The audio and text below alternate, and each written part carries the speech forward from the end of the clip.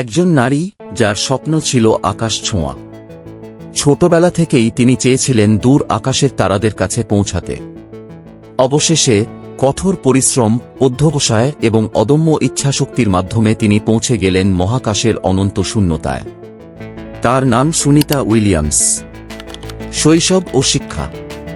Sunita Lin পান্ডো Williams জন্মগ্রহণ করেন 1965 সালের 19 সেপ্টেম্বর যুক্তরাষ্ট্রের ওহাইও অঙ্গরাজ্যে।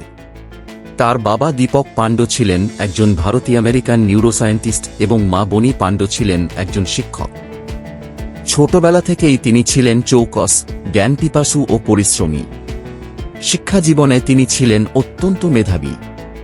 1983 সালে নিডহাম হাই স্কুল থেকে পাশ করার পর তিনি ভর্তি হন ইউনাইটেড স্টেটস নেভাল একাডেমিতে।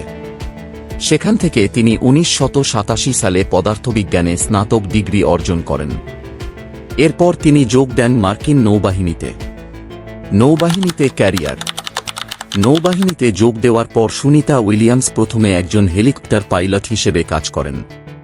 তিনি বিভিন্ন গুরুত্বপূর্ণ অভিযানে অংশ নেন এবং সময়ের সঙ্গে আরও দক্ষ হয়ে ওঠেন। পরে তিনি নেভাল টেস্ট পাইলট স্কুল থেকে প্রশিক্ষণ নেন এবং আরও উচ্চতর জ্ঞান অর্জনের জন্য 1995 সালে ইঞ্জিনিয়ারিং ম্যানেজমেন্টে মাস্টার্স ডিগ্রি সম্পন্ন করেন। নাসাতে যোগদান ও প্রথম মহাকাশ যাত্রা।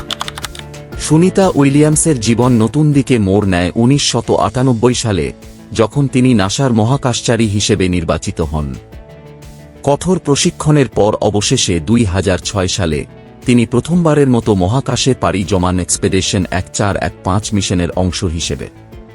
এই মিশনে তিনি আন্তর্জাতিক মহাকাশ স্টেশনে অবস্থান করেন 195 দিন 19 ঘণ্টা, যা ছিল তখন পর্যন্ত একজন নারী মহাকাশচারীর জন্য একটি নতুন রেকর্ড।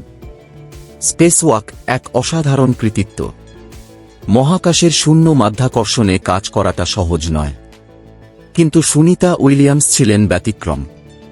তিনি স্পেসওয়াকে অংশ নিয়ে মহাকাশ গবেষণায় নিজের দক্ষতার ছাপ রেখেছিলেন। তিনি মোট 7 বার স্পেসওয়াক সম্পন্ন করেন, যার মোট সময় ছিল 50 ঘণ্টা 40 মিনিট। দ্বিতীয় মহাকাশ মিশন ও নেতৃত্ব। প্রথম মিশনের সাফল্যের পর 2012 সালে তিনি আবার মহাকাশে যান এক্সপেডিশন 3233 মিশনের অংশ হিসেবে। এই মিশনে তিনি আন্তর্জাতিক মহাকাশ স্টেশনের কমান্ডার হন, যা ছিল এক ঐতিহাসিক মুহূর্ত। সংস্কৃতি ও শিকড়ের প্রতি ভালোবাসা। সুনিতা উইলিয়ামস মহাকাশেও ভুলে যাননি নিজের শিকড়। সঙ্গে নিয়ে গিয়েছিলেন গণেশ মূর্তি ও শ্রীমদ্ভগবত গীতা, যা তার ভারতীয় সংস্কৃতির প্রতি ভালোবাসার প্রতীক। সাম্প্রতিক কাজ ও ভবিষ্যৎ পরিকল্পনা। অভিজ্ঞ মহাকাশচারী হিসেবে তিনি থেমে থাকেননি। 2024 সালে তিনি বোয়িং স্টারলাইনার মহাকাশযানের প্রথম মনুষ্যবাহী মিশনে অংশ নেন। এটি মহাকাশ গবেষণায় এক নতুন অধ্যায়ের সূচনা করে।